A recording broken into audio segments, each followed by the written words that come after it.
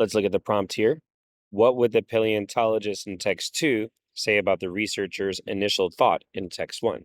So first, let's find out what was that initial thought in text 1.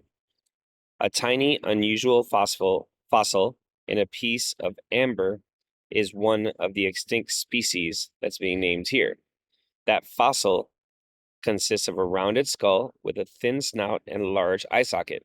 Because these features look like they're avian related to birds, researchers thought that it might be the smallest avian dinosaur ever found. So text 1 is describing this as an avian fossil. Text 2. Paleontologists were excited to discover a second small fossil that's similar to this one, but has part of the lower body along with a bird-like skull.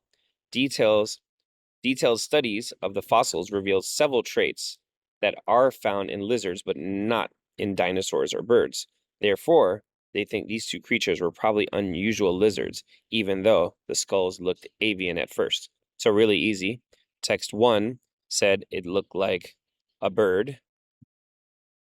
Text 2 says it looked like a lizard. Now let's look at the answers. So looking at A now, remember, we want to know what text 2 would say. So what would text 2 say? That it was actually a lizard. So A, understandable because the fossil does look like it's related to birds, even though it's probably a lizard.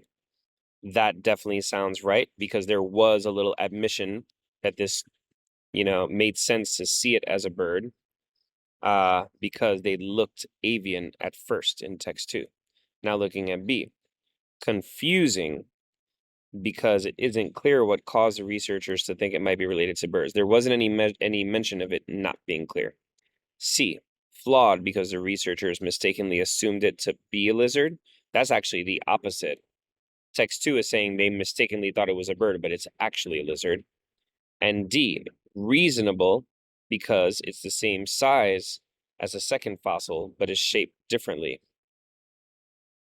If you take a close look at text 2, there's no mention at all of the size of the fossil, of the skull. So the answer left standing is A.